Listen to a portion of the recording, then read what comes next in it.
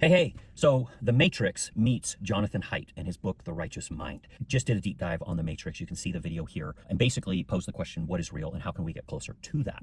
And I give 5 specific habits that we can incorporate. Well, Jonathan Haidt is taking this from a different perspective in his book, The Righteous Mind. I highly recommend it. He basically is saying, hey, how can people that are all good disagree about really fundamental things? But he presents this core concept of essentially that we have our rational mind, right? And we have our intuitive mind. And it doesn't matter where you're at on your political spectrum or your belief spectrum, most people tend to overclaim their rational mind part. That, hey, I base things off of reason and rationality, and I've got good reasons for why I'm doing this. He basically shows all this research that says, really, it's based off of intuition and emotion.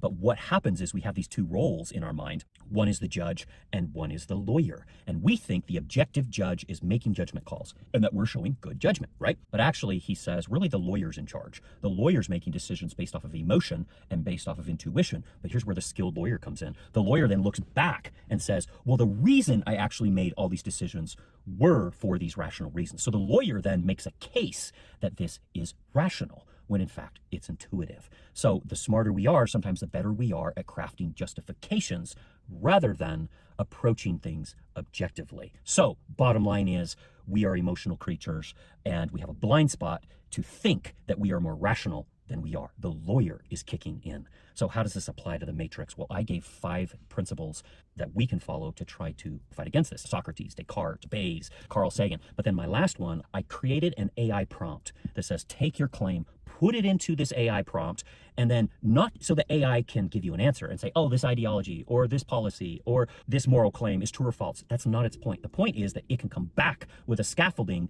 that says, have you considered these blind spots? Have you considered the other side of the issue here? Where it really pushes you into that objective judge role and making you answer questions that are helping you get more on the rational side. And given that we all are way more biased towards the emotional side, whether we recognize it or not, this forcing us into that other role, I think is a healthy exercise. So go check out that video. In the description, you'll actually see a link to the entire prompt because I want to know what you think. Does this prompt, when you plug it into ChatGPT, and I actually recommend plug it into Claude, plug it into Gemini, plug it into Perplexity so you can see different, because AI models, they're not infallible. In fact, they're very fallible. So check it out with different ones and see if the scaffolding of rational and objective questions coming back to you doesn't make you a better thinker. But what am I missing?